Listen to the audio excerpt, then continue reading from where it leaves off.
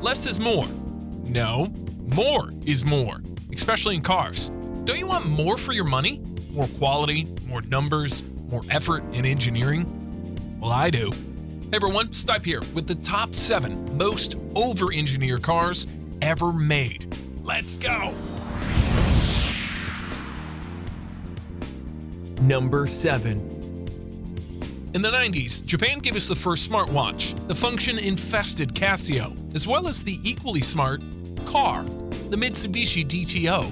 When it first came out in the 1990s, the Big Mitsu was probably the most advanced car the world had ever seen. Pretty much everything on it was electronically controlled, and that was a lot to control too. Windows, sunroof, pop-up headlights, but also a lot of stuff that was way ahead of its time. Like the exhaust system, which opens the flaps for a louder experience, or the suspension, which goes hard or soft whether you want to race or just cruise along, or the active aerodynamics. At the press of a button, your car could wave at people. There was a convertible too, with a fully motorized folding hardtop, second car in history to ever have that. Plus the rear axle steering to make it even more agile. And remember, this was all 30 years ago. Many sports cars don't even have that now. But there was a downside to all this. Weight. Mitsubishi GTO was a chunk. The twin-turbo V6, four-wheel drive, and all that tech can get you only so far before much lighter rivals start to pull away. Still a great car. Number 6. Ah yes, the only vehicle I can think of that was used by trained killers, as well as the head of a religion, the G-Wagon. Some people don't actually know this, but the G-Class was first developed as an army vehicle. As such, it was tough, rugged, and thanks to a unique 3-way differential, pretty much unstoppable. The body on a frame chassis also meant that you could easily fit a different cabin too. Like the one with a machine gun turret, with thicker armor, with flatbed, or a body with just some comfort features. That's basically how the civilian version was created. This recipe worked so well that the first-gen G-Wagon lasted up to 2018. Same 1979 car, just endlessly updated, with much better tech and more comfortable interior. As for the new one, well, it's just the same. It's still a luxury box, sitting on a capable chassis. But it was the off-road capabilities that made it such a standout machine. The G-Wagon can cut through waters 60 centimeters deep, easily climb a 45-degree slope, or drive side-tilted by up to 55 degrees. With some chunkier tires, you could probably climb the Everest. Too bad that the highest peak today's G owners will ever climb is a sidewalk. So in that sense, it is massively over-engineered for the task. Number 5. Weight, or rather the lack of it, is the thing that makes every MX-5 such a joy to drive. Now, you think that making a lighter car is easy, just throw the seats out, but how do you make a properly modern, safe, and fully equipped 2020 MX-5 that's no heavier than the minimalistic first generation from 1989? Well, by using what Mazda calls the Gram strategy. It's a method of shaving weight from every component without compromising its function.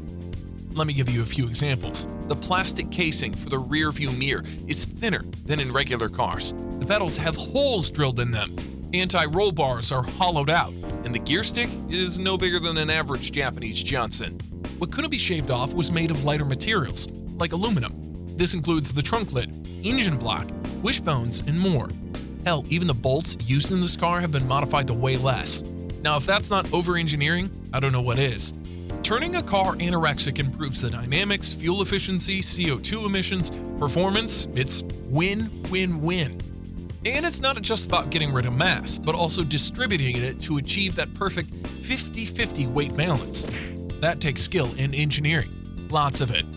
I cannot wait for the next gen to see what else they'll shave off. Number 4.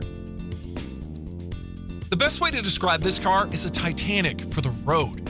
Huge size, huge luxury, and of course, a huge price. At the time, the Grosser was the most expensive new car ever.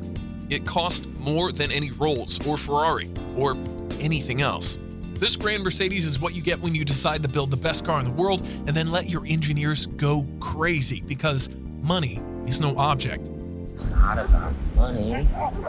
It's about sending a message.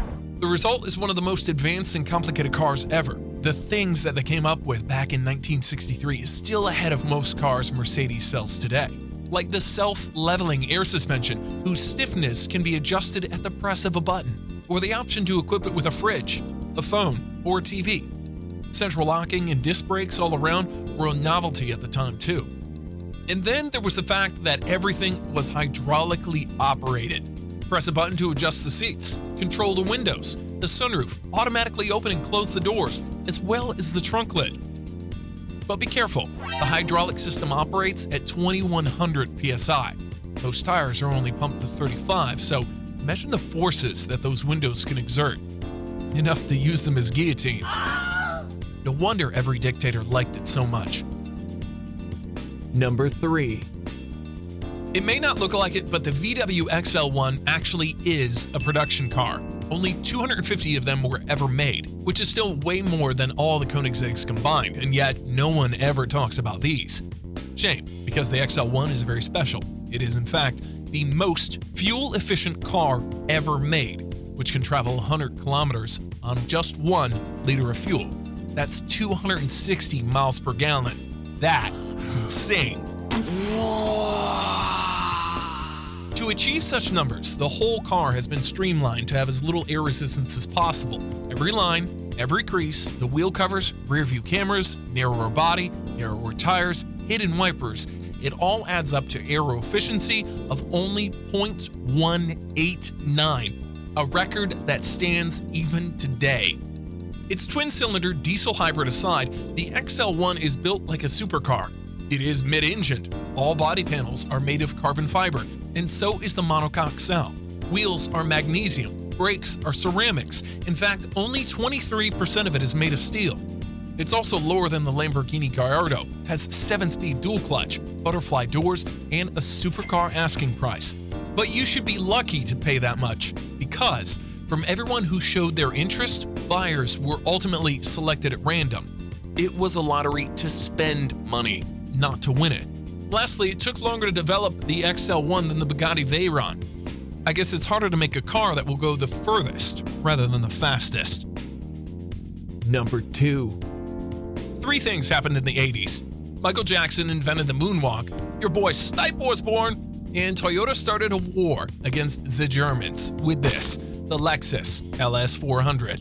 During the development, the car had to achieve crazy and often conflicting goals, but also unlimited time and unlimited money was given to meet them.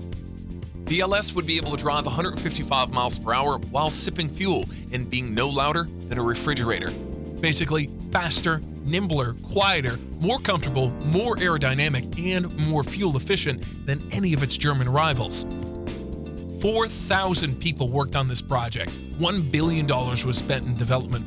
450 test mules were made, and together they covered over 2.7 million miles. I mean, who does that?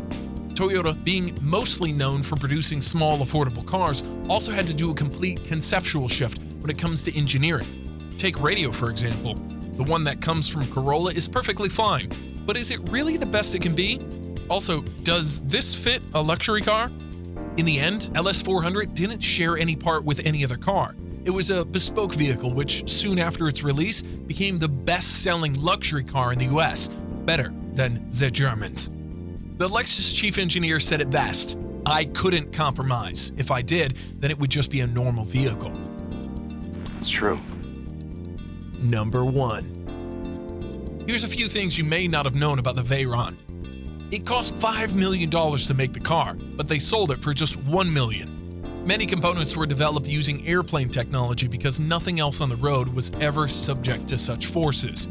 1,000 horsepower and 250 mile-per-hour figures were so outrageous at the time that most journalists dismissed them as a joke. So we're going to make a supercar that's got 1,000 horsepower, which sounds great, but they haven't yet worked out how such a thing might be possible. He just said it. I just said it. But the fact that is least talked about is just how normal the Veyron feels. People used to make faster and more powerful cars in their garages long before this came out, but none of them were as reliable and as easy to use as the Bugatti. That's what makes this so special. Driving 250 miles per hour without sparks flying around, the deafening noise, and the feeling that the thing is barely holding it together. It can also do 250 miles per hour across the Arctic or Sahara Desert without a problem. Then it can do it again and again and again until it runs out of fuel. No need to rebuild the engine after every run. And once you're done trying to overtake a bullet, the Veyron settles down and drives like a normal car. Quiet, reasonably comfortable, and with a dose of luxury too. Having such opposing car personalities that don't interfere with one another is the car's most impressive achievement. Bravo, Bugatti. Bravo. All right, can you guess these 3 additional over-engineered cars?